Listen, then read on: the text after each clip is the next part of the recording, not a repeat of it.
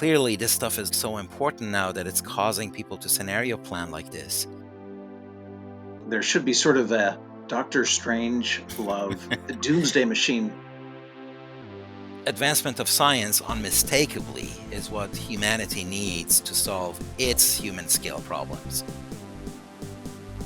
From Orion X in association with Inside HPC, this is the At HPC podcast. Join Shaheen Khan and Doug Black as they discuss supercomputing technologies and the applications, markets, and policies that shape them. Thank you for being with us. It's Doug Black at Inside HPC, and I'm with Shaheen Khan at orionx.net. And Happy New Year. I hope you had a great holiday break. Yes, happy 2022. Some people point out that you can say 2022 like it's 2020 also. And I'm saying we get to have another go at it. So hopefully we'll do a better job this time. Okay, a do-over. So there was a big story we put out on Inside HPC on Thursday, the 6th. It's by two military scholars who are putting out the suggestion that in the event that China were to invade Taiwan, that there should be sort of a Doctor Strange love doomsday machine kind of mechanism in place in which TSMC, Taiwan Semiconductor Manufacturing Company, would be literally blown up. The notion is that this would be a disincentive for China to invade the island nation because TSMC is so economically valuable and the technology capabilities that it has are so valuable. Yeah, I saw that. And the amazing part of it to me is that, like, when I saw that on the website, I say, whoa, is that really the kind of topic we're talking about now in high tech? And how did we get here? Clearly, this stuff is like so important now that it's causing people to scenario plan like this.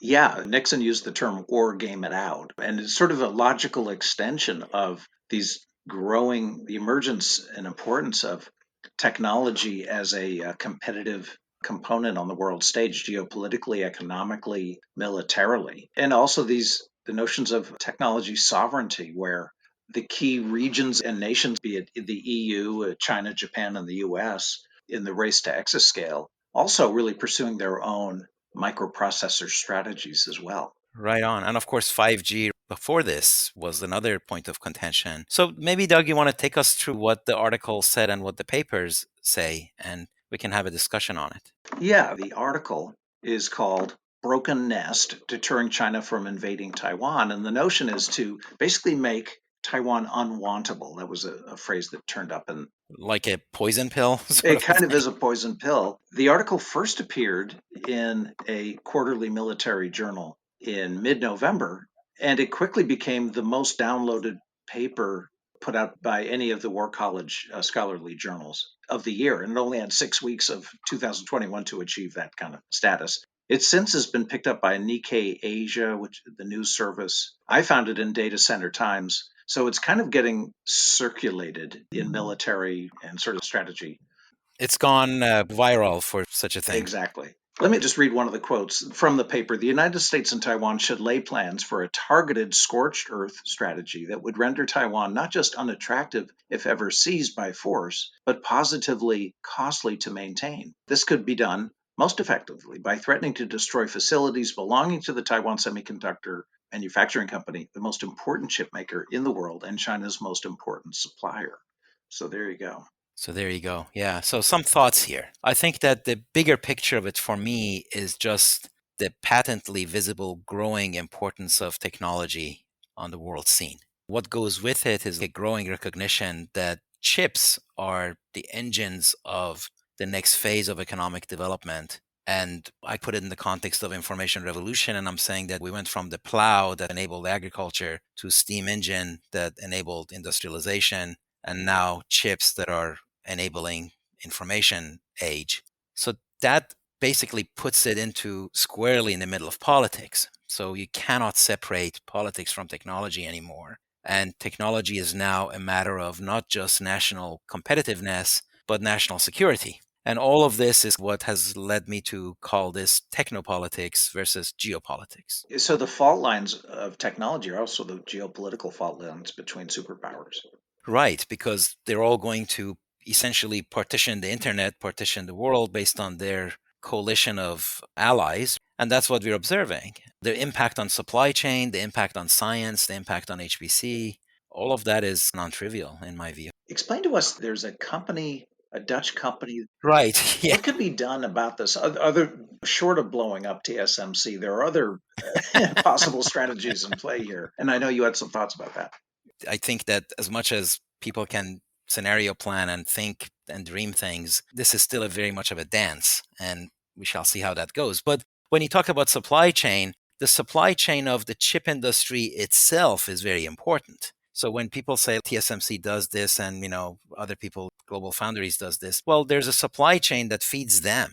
How is it that TSMC can do this? So if you double click on that, it turns out that there's a fabrication process called extreme ultraviolet lithography that TSMC bet on and other players actually bet against. And that bet paid off. But that bet paid off through a Dutch company called ASML that essentially made it work. And people who bet against it were pretty reasonable. This was not supposed to work, but they managed to make it work. And then ASML itself is dependent on Japanese providers like NCS that provides software for mask. There's a whole taxonomy for it. So this stuff becomes seriously geeky, seriously fast, and hopelessly beyond the capability of most people and probably most politicians. So they really need their staff to go and do the right analysis and do the staff work to allow them to arbitrate properly. But that supply chain is there too. And it isn't just TSMC. It's also ASML. It's also Holland. It's also Japan. And, there's a global nature of this supply chain that is also very important to keep in mind. Yeah, it's integrators on top of integrators on top of integrators, right? Right. A supply chain, right? You hand it over to somebody else who hands it over to somebody else, and eventually you get the product. Yeah. Now, the other interesting thing, of course, is that TSMC is building not its most advanced, so they say, but a fab in Arizona. And I have felt for quite a while that they can't get that thing up and running fast enough, given the tensions in the Taiwan Straits. Right on. When it was announced, my understanding was that that was going to be a so-called N-2 facility, that it was going to be 2 generations behind their leading edge.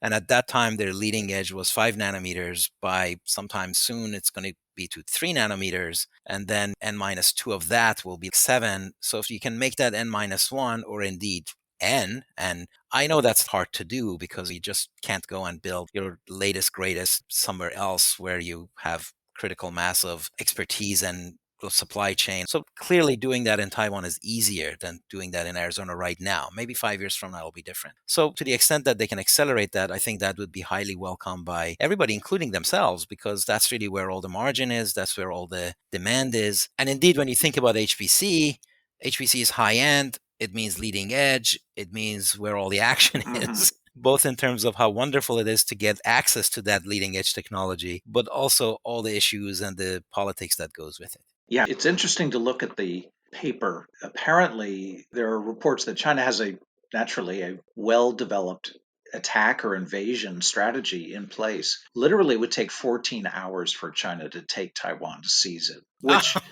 over against about a 24-hour response time by the US and Japan. So part of the notion of this strategy is we should probably de-emphasize trying to intimidate China into not invading, because they're growing increasingly militarily capable and confident. To saber rattle could be highly ineffective. It might even be a spur to Japan. But if we look at other disincentives for an invasion, this certainly would be an aggressive one. But there are others as well, sanctions and so forth. That might be a more effective route. Right. And of course, I don't think any of these big powers, well, I would like to hope that none of these big powers get into something like this on a whim, that these are we're talking really big moves here of historical importance.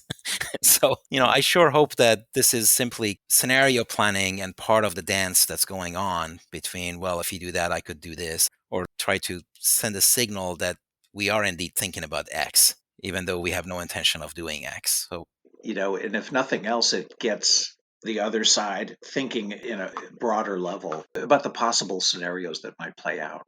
well, I think it makes it public rather than makes them aware, because I have to assume that they already know that the other side should be thinking about X, or it probably is. But when you put a paper out like that, you make it public. You now pull the public into this, which is really why I think it's part of a dance. Yeah, and you really wonder, I mean, to put out a paper like that with this kind of a suggestion, is it just these two guys just in a room brainstorming, or is there some level of approval through their various organizations that they're associated with to put out something like this? Well, in the US, the assumption is that people put out what they want to put out. Now, of course, at least one of the universities involved is an Air Force university. So that may indeed require some level of approval process. I really don't know. I'm just speculating. But if this was a different country, I would say that it was all choreographed. But because it is the US, one has to assume that it could just be academic work, and because they're thinking about things, and that's a scenario.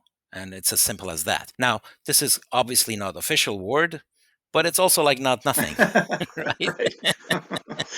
Yeah, it's and I guess my final thought, Shane, is this triumvirate, if you will, of TSMC with AMD and NVIDIA has really become such a juggernaut over the last several years, a competitive threat to Intel. And you put up a thing like this, you wonder what TSMC and NVIDIA are thinking of it. And Apple and True, Tesla true, true, and true. a bunch of other people. Mm. There's also Samsung that has capabilities that are a little bit farther away, but they're not as advanced as TSMC is right now. And also we have to remember that AMD and Nvidia are part of that supply chain, right? So this is really also interesting, because just like TSMC gets credit for having done it and people don't think about ASML and NCS and company and others, NVIDIA and AMD get credit without people thinking about TSMC. True that. Because they probably couldn't do it without that sort of a supply chain supporting them. So this whole growing understanding of the importance of supply chain is also very interesting. Yes, and the potential to raise public awareness of the geopolitics of, what is your term, Shane? Technopolitics. Technopolitics, exactly. Okay. Any other thoughts on this? Another thought is really science traditionally has been a very open environment where people share ideas and bounce ideas, and that's how advances take place, that you read somebody else's paper and it guides what you're going to do. And I'm hoping that all of this political injection into this, it's a factor, is that hopefully it will not impact collaboration in a way that's going to hold us back, because advancement of science unmistakably is what humanity needs to solve its human scale problems. Climate change, COVID was an example. You mentioned in our last episode that HPC is an unsung hero of COVID. That would not have happened without supercomputing, without science, without the collaboration that takes place in science. And we're going to have human scale global problems aplenty.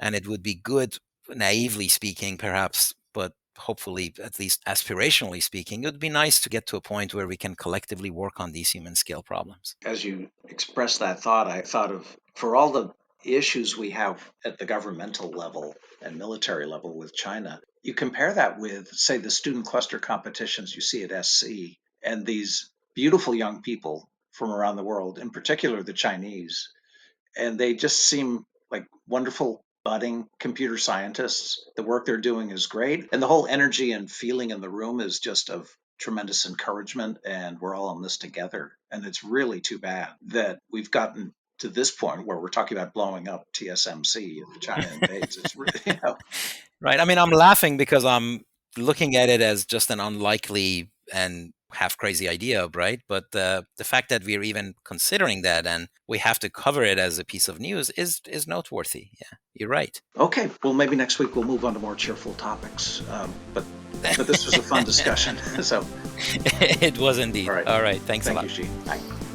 That's it for this episode of the At HPC podcast.